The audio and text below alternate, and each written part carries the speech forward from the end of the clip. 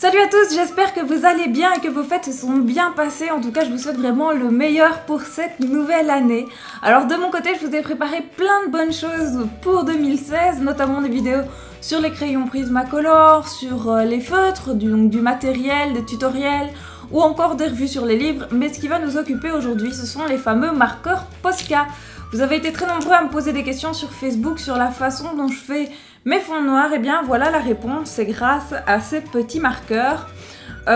C'est grâce à ces marqueurs aussi qu'on peut faire le fameux effet brillant ou le fond étoilé, etc. Mais ça on verra dans la prochaine vidéo. Donc aujourd'hui on va se concentrer sur qu'est-ce qu'un marqueur Posca et comment l'utiliser pour faire un fond tout simple noir. C'est parti. Ce qu'il faut savoir, c'est que les marqueurs Posca sont remplis de peinture acrylique. C'est pour ça qu'on peut les utiliser sur tous les supports et que ça ne perce pas dans les livres. Ils ne contiennent pas d'alcool, c'est simplement de la peinture. Et du coup, forcément, ça donne un effet beaucoup plus lisse qu'avec les feutres. Alors, il faut quand même bien vous rendre compte que vu que c'est humide, c'est de la peinture acrylique, comme je l'ai dit, et plus le papier va être fin, plus ça va gondoler. Donc moi, je vous déconseille quand même de l'utiliser sur un papier trop fin, mais sur tous les livres type Hachette, par exemple, ou avec un papier légèrement plus épais que la normale, normalement, ça doit passer sans souci. Alors, il existe bien sûr différentes teintes et différentes tailles de mine. Alors, en ce qui me concerne, j'avais acheté ce set-là en premier. Donc c'est un set de 4 marqueurs contenant de l'argenté, du blanc, du doré et du noir. Et j'avais pris comme taille la PC3M, donc 0,9 à 1,3 mm. Ce qui donne une pointe comme celle-ci. Je ne sais pas si vous allez voir bien avec la mise au point. Donc c'est une pointe qui est relativement fine. C'est la deuxième taille la plus fine. Mais c'est pas encore assez fin, moi je trouvais ça un peu épais pour faire les détails, c'était pas très pratique et alors c'était beaucoup trop fin évidemment pour faire les grands fonds. Donc j'étais pas entièrement satisfaite, c'est pour ça que j'ai été m'en rechercher une pochette juste après. Et j'ai pris les tout petits, donc ceux-ci, ce sont les 0,7 mm, donc la pointe c'est PC1M, qui ont une pointe comme celle-là.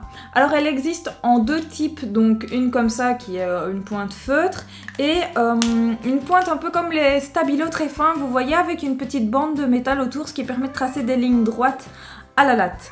Donc voilà, ça c'est les deux tailles que j'avais pris pour commencer. Et ceux-ci sont vraiment géniaux pour faire tous les petits détails et notamment les petites étoiles sur fond noir ou sur fond bleu marine, etc. C'est avec le Posca blanc qui est là que je l'ai fait. Donc comme je vous le dis, il existe plusieurs teintes, vous avez différents assortiments, toutes sortes de couleurs. Maintenant je pense que dans les tout fins comme ça, il n'y a quand même pas énormément de choix, donc il faudrait se renseigner un petit peu. Alors évidemment vous vous doutez bien que je ne fais pas l'entièreté du fond avec une mine comme celle-là parce que sinon on n'est pas sorti de l'auberge. Donc j'ai acheté le super gros, donc celui-là c'est un Posca de 8 mm, donc avec une pointe biseautée. Et du coup ça permet de faire un fond en 30 secondes, donc ça c'est super pratique.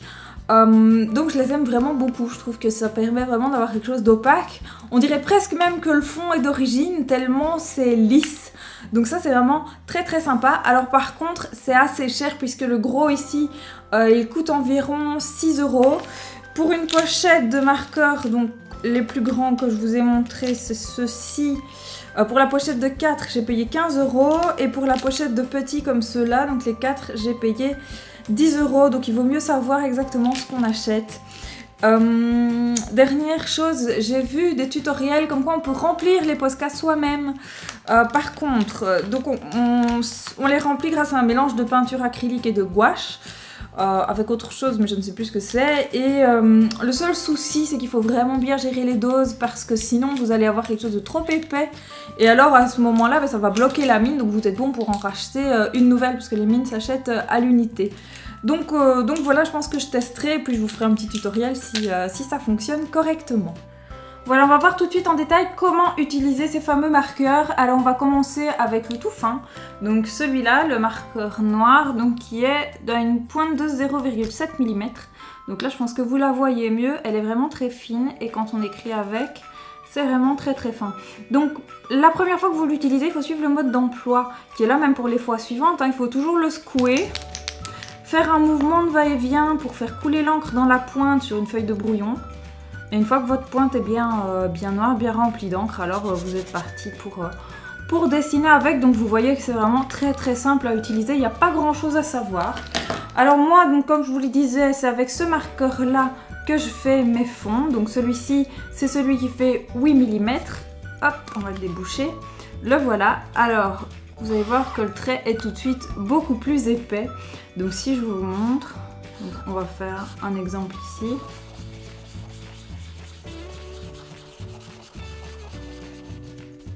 Voilà. Donc vous voyez que c'est bien opaque. Je vais refaire peut-être une mise au point histoire que vous voyez mieux. Voilà. Donc c'est très opaque. Alors là, on voit que ça commence tout doucement à sécher. Donc vous voyez, une fois que ce sera sec, on verra plus du tout les coups de feutre. Donc voilà, il n'y a pas grand chose d'autre à dire. C'est vraiment très simple. Après, avec un petit Posca blanc, vous pouvez venir faire vos petits points, vos petites étoiles, repasser dessus. Donc vous voyez que ça marche quand même vachement bien. Et pour faire les fonds, c'est nickel. Comme je vous l'ai dit, hein, c'est des marqueurs remplis de peinture acrylique, donc vous pouvez les trouver en différentes couleurs. Donc si ça vous amuse, par exemple, vous pourriez faire tout à fait un fond rose bonbon ou un fond vert grâce à ces marqueurs. Et je pense que l'effet devrait être à peu près le même, donc vous devriez obtenir quelque chose d'assez opaque et lisse. Il faudra tester, ça peut être sympa. Alors, comme je vous l'ai dit aussi en début de la vidéo, ce sont les marqueurs qui permettent de faire les fameux effets brillants, les petites étoiles, etc.